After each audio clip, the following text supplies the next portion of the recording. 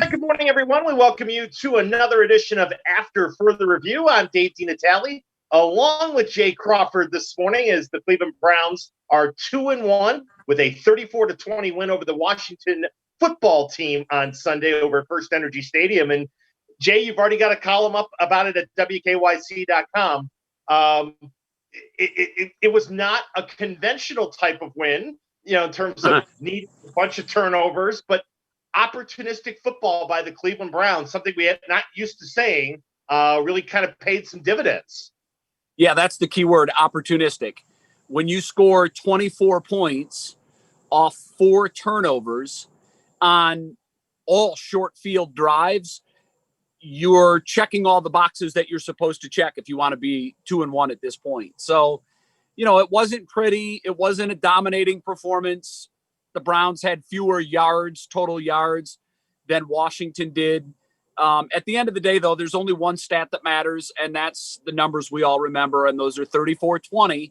And I've said this before. It's one of my favorite sayings. You never apologize for wins in this league. They're all easy. Everybody gets paid. Everyone's out there doing their best and trying their hardest. So it's a win, and it puts us to 2-1. But, Dino, I think it's still – I think everybody would agree that 2-1 is a bit of fool's gold. We're still not sure after 3 games who this team is, because when you play 2 really bad football teams and you win, you're doing what you're supposed to do if you don't want to be included in that group of really bad football teams. So to date, our only test was our only real test was the Baltimore Ravens, and we know how that turned out. So I think the jury is still out. Not sure how much we're going to learn at Dallas, because Dallas is, like Washington, a football team that gives up a lot of points.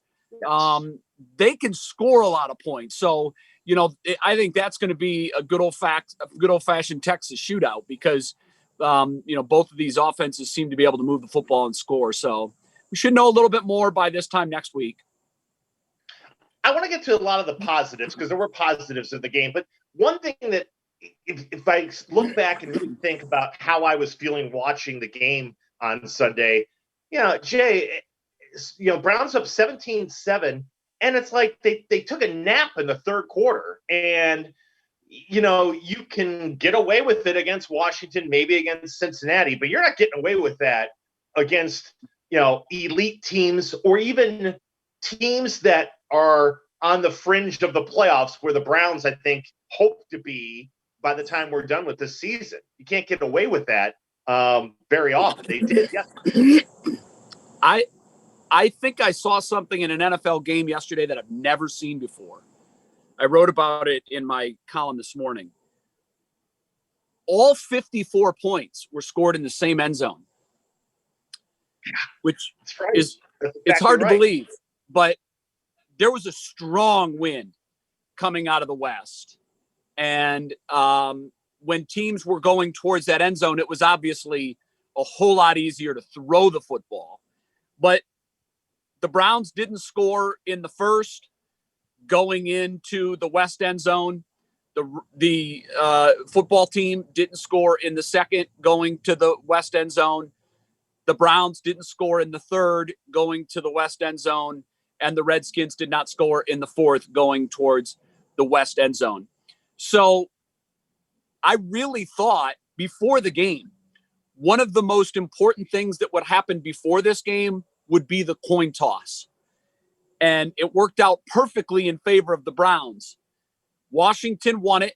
They elected to defer, and the Browns rightly picked to defend the right goal. So they had the ball with the wind at their back in the second and the fourth quarters. And I think that had everything to do with what we saw yesterday, because if they were going to play 5 quarters and switch it the other way, I think the Browns would have been in trouble, because the Browns trailed after the first and the third, and they led at halftime and when it mattered most. So I still, that being said, there was no excuse. The Browns' first 2 possessions of the third quarter were abysmal, just abysmal. For whatever reason, after the ball was turned over to them and they were given short fields, they went to work. And that's what you want to see. You want to see an added emphasis on focus and drive and execution and playmaking, because It's like a baseball team that's given a fourth out. If you don't make the defense pay by pushing runs across the plate, they gave you a gift and you didn't open it. And yesterday, the Browns were given a lot of gifts. And some of those throws by Dwayne Haskins just illuminated to me even further why he's really going to have a hard time in this league. He makes a lot of those kinds of throws. And I figured he would. And I felt going into it that it wasn't a matter of were the Browns going to get those gifts. It's what they were going to do with them. And, man, they batted 1,000 on that front. So, it was just one of those games where they were opportunistic.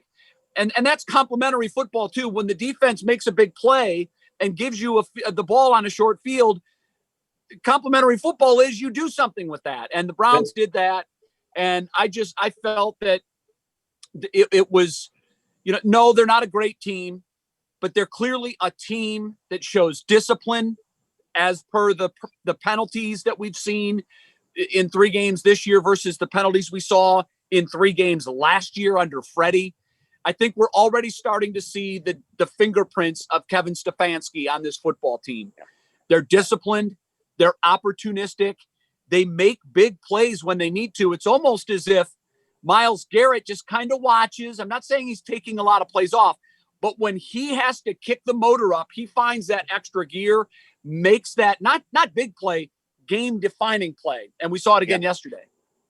Yeah, and you sit there and you go, it's great players aren't always great. They're just great when they have to be. Yeah. And that's kind of what I thought when Myles made that play. It's because, people on Twitter are going, boy, now would be a great time for a strip sack, Myles, and things like that. Boy, oh boy. I mean, when the Browns needed him, he was there. Yeah. And I like that about great players. You always look at their stats in close and late situations if it's baseball. And it's those guys that hit 40 points higher for their career in RISP or close and late situations that you sort of put a circle around and say, this is someone we can depend on. This is someone that we would mind giving a little extra money to when that contract comes up. And Myles Garrett, no question, has been that guy in his career. And he has certainly been that guy so far this season. When they need that big stop, when they need that big sack, he not only comes up with it, he tends to strip the ball free. And in yesterday's case, recover it as well. That's a gold star play. A lot of guys are lucky if they get 2 or 3 of those for their entire career. Myles is building his career on a cornerstone of making that play. And that's what you want. I wrote in the column, you learn to win by winning. There's no manual for it. There's no switch that gets flipped. You don't bring in OBJ and Jarvis and suddenly the whole organization knows how to win. That's not how it happens. It's gradual, and it's like the growth of a child. If you see it every day, maybe you don't see it. But if you peek in every once in a while, it's obvious. And I think yesterday it was obvious that this team, again, I'm not saying they're a great team. I'm not saying they're going to win the division. They're not. They're a team that may be in the discussion for a playoff spot into December. And that's what we want. That's what we want. The Pittsburghs and the Baltimores of the division aren't any worse than they were last year. They're both probably better. And, the road to the playoffs is always going to go through those 2 cities. So there's still plenty of work to be done. But I'd much rather be 2-1 trying to figure that out than 1-2 or 0-3 like we have been so many times in the past, because that's when it's easy to grab the plug and pull it out because you already realize that 0-3, this is an uphill fight. That's why Dallas is so important Sunday. Should they find a way to win that game, and I probably would pick against them, but should they find a way to go to Big D and beat the Cowboys down there and come back 3-1, then that crazy thing called chemistry starts to develop, and inertia and energy and momentum. And then you start opening your eyes to the possibility. You've got a lot of teams on this schedule down the road, the Giants and the Eagles, that should be wins. Yes. So if you win a game you're not supposed to, that's when crazy things can start to happen. And I believe that if they do come back 3-1, it's going to be a really interesting month of October. Yes, no question. I would argue in his, let's see, 16 games last year and now 3 games this year, in his 19 games as a member of the Cleveland Browns, Odell Beckham's best day was yesterday. And I know he had the big touchdown against the Jets and everything, but to me, yesterday, it felt seamless to get him the ball. And when the Browns needed a big play, after Washington gets the touchdown and goes up on top 20-17, the Browns are looking at 3rd and 12 on their side of the field. And Baker hits them for, I think it was a 15-yard gain on 3rd and 12. Drive continues. Browns end up scoring, retaking the lead. And then later, he came up with another big catch to help sustain the drive. And I'm sitting there going, yeah, I love big plays. I love what he did against the Bengals and everything. But it didn't feel forced to get him the ball yesterday. It felt like he was just a natural part of the offense. It's a very valid point. Yeah, that's a very valid point. Look, I mean, statistically, it's not going to scream off the stat sheet at you what he did yesterday. By the way, I was at the game, so I had a good view of that play on 3rd and 12 or whatever it was, 3rd and 15. Odell was open earlier in the play, and Baker either didn't see him or didn't feel comfortable enough getting into the position to deliver the ball where he was. So he scrambled a little bit, and he looked specifically back to Odell, and that's something that we haven't seen a lot of. Typically, if he hasn't been open on the first read, he hasn't been getting the ball thrown his way, or they're trying to force it in there where it doesn't fit. What I liked about that play was he initially had separation. Baker missed it for whatever reason, but he came back to him and delivered the ball. And by the way, it wasn't a great throw. It was a great catch. He had to go up and get it. He made the catch. He came down with it. Here's a point I want to make about Odell, Dino. He's almost like the running game, how it sets up the passing game. Here's what I mean by that. The Browns were enamored by their shiny new deep toy, okay? This is a guy that can go deep and take the lid off defenses. So, obviously, they wanted the Maserati to go full speed. So often fans, even our offensive play callers, were thinking, we got to go deep. We got to hit him deep. We got to find him open deep. Well, if we're thinking that, you better believe defenses are thinking that. Defenses are thinking one thing. He's not going to get behind us. We're just not going to let that happen. So just like you try to establish the run early in a game because it softens the secondary for the pass, I would say Odell's the same thing. If I was Kevin Stefanski, I would start game planning to get the ball to Odell in the short to intermediate range, 5 to 12 yards. And look, if he catches the ball on the quick toss outside, he might make a guy miss and might make a big play. But here's what you do when you do that. I've watched how corners are playing Odell.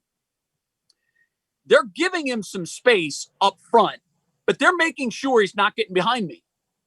So as a result, that ball isn't there. That deep throw isn't there because they've got safety help over the top, and they're just making sure that the Maserati doesn't fire on them. So get him involved in the short to intermediate game early. Then, once they start honoring that, and they'll have to, when he has 7 catches at halftime for 70 yards, the defensive coordinator is going to say, okay, guys, we still got to honor the deep ball, but they're killing us on the short stuff. They're dinking and dunking, and they're working their way down the field. Look, it doesn't matter how you get 7. If it's one play 80 yards or 10 plays 80 yards, it's still 7. Right. So what you have to do with him is force the corners and even the deep help to honor the short stuff. And when they do, I promise you, he's going to get him on the short, deep 4-yard turnaround, pump fake, and it's going to be open deep.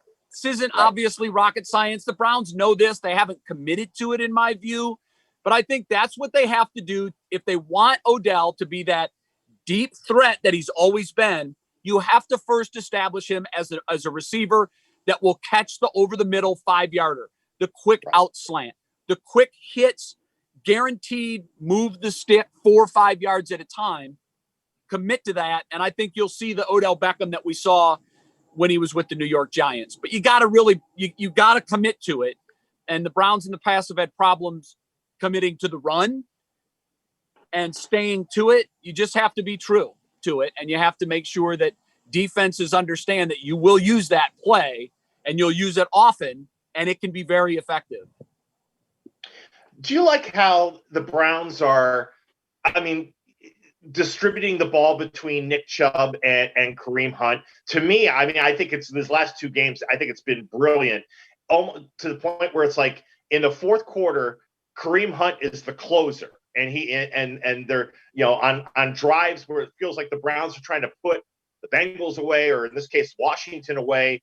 They're after they've been, banging you with Nick Chubb all game, here comes Hunt. But they're also using Kareem near the goal line. They're using him in passing situations. I think it's been pretty spot on in these last 2 weeks. What have you thought? Have you watched that? I couldn't agree more. I think what Stefanski is doing is he's almost taking a page out of a heavyweight championship fight where you go to the body for 12 rounds and you wear the body down. And suddenly you see that the legs start to blow fuses and they're not as anxious to come up and fill that hole with a big hit because they know what the toll is on the body. So you're wearing the body down with body shots for 12 rounds, which I would say are the first 3 quarters. And then where heavyweight fights are won, the final 3 rounds, then you start attacking the body and the head at the same time. And that's what they're doing. Chubb and Hunt, Chubb is more the body puncher. He's going to wear you down. He's going to run right at you. He's going to take a pound of flesh out of that defense through 3 quarters. Then you give it to this lightning bug, who, by the way, isn't afraid to drop his head and hit you. He'll do that if he has to. But we've seen you get him out in the flats and you get him the football. I'm not going to say he's Alvin Kamara because few are, but he's in that mold. He's that guy that can turn that 3-yard toss into the 75-yard run. Chubb's proven he can do that too. I just think that if the first line in his scouting sheet is more, he's a physical guy who finds holes, hits them quickly, and punishes defenses. So I love what Stefanski's doing. I really do. I think it's obvious what we've learned through 2+ years of Baker is right now. I want to emphasize right now, because I don't want people screaming at me that I'm giving up on Baker Mayfield. By no means am I. But it's clearly an incomplete grade. But where we are with Baker right now, he is a piece, but he's not the piece that everyone thought he was going to be. He's just not. And so in that, and I don't want to call him a game manager because I think he's more than that. His energy and when he gets on a roll, he can clearly be more than that. Here's why yesterday was so big. Yeah, Chase Young was out of the game for the second half, and he didn't get a ton of pressure, and he should have thrown a pick. Odell Beckham's best play yesterday was turning into a defensive back and making sure that Baker's sheet was clean.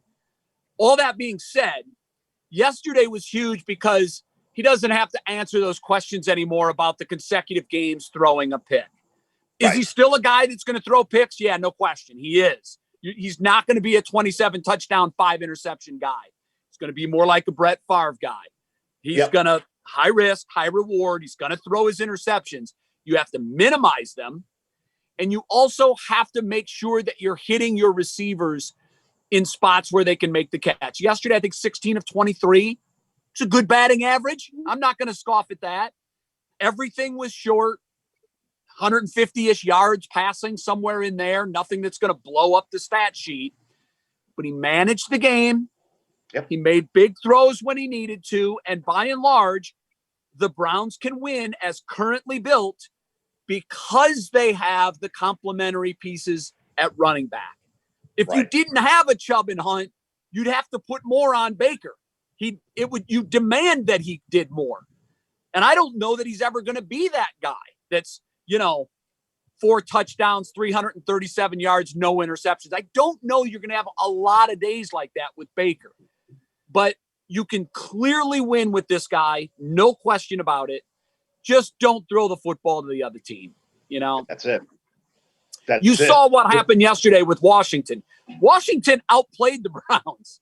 I mean, if you just wipe the turnover slate clean, Washington, they beat us in more yards. First downs were exactly even. Both teams ran the same number of plays, 62 offensive snaps. These teams offensively were really close. The Browns scored on drives of 25, 28, 35 yards, whatever it was, all 3 plays after the interceptions. That's why you can't throw the ball to the other team. Because if they do make you pay for it, you really have no chance of winning. The most important stat in football is, in my view, is the takeaway ratio, the plus minus. Absolutely. If you take it away more than you give it away, you have a dramatically greater chance of winning. Yeah. Yards are great, for fantasy and all that stuff.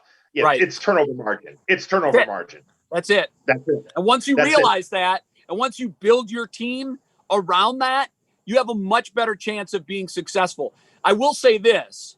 It's really difficult to build a defense to be plus because turnovers, oftentimes turnovers can be fluky. Ball pops out. Now, yeah, there are guys that are going to punch the ball out, but a lot of times the interception is on the quarterback more often than it is the great play by the defender. That was clearly the case yesterday. Not to say our defenders didn't make plays, because they did, but some of those were just like, here you go, boom. Yep. Those are gifts. And you can't game plan to get 5 turnovers every game. You can't. You have more control over not turning it over than you do getting 5 turnovers on the defensive side. So once you start planning on being +3, 4, 5 every game, and that's your ace in the hole, you're going to lose because that's too unreliable and too inconsistent. Well, my friend, you are reliable. You are consistent with your analysis after games. Again, at WKYC.com, Jay Crawford's column coming off of the Browns win over the Washington football team. And we look forward to seeing you later on What's New. And I always appreciate our conversations.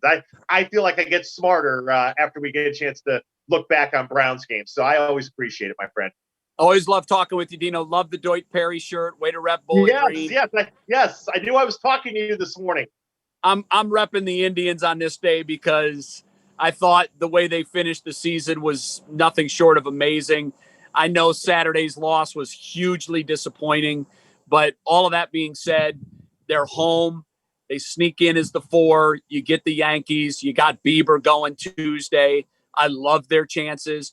If, it's a big if, but if yesterday was an indication that Santana is coming out of his funk, and there's been signs prior to this, but if he's ready and he's going to be the Carlos Santana we had last year, I like our chances to make a run. I really do. I think it's going to be fun. And sorry to hear that Tito's still ill.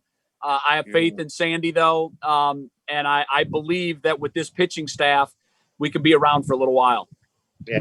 Sandy's done a good job pulling this thing together the last 2 weeks. Yeah, no question. After the losing streak, I thought we were punched after the losing streak. So to come back and finish the last week of the season with huge wins against Chicago and somehow finding a way to make sure that we don't have to get on an airplane and go somewhere else for playoff games.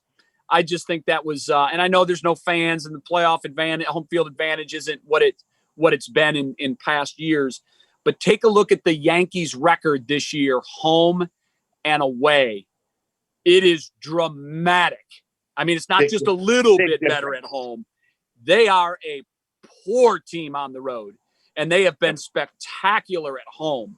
And by the way, just for fun, look at the Twins record, home and away, and look at the Astros record, home and away. Last I looked, the Astros were 20-8 at home and 8-20 on the road. What? I don't want to point any fingers. I don't want to make any crazy accusations, but that's kind of crazy. It's a little fishy. Just a bit. Smells like a bad carp that washed up on Lake Erie's shore.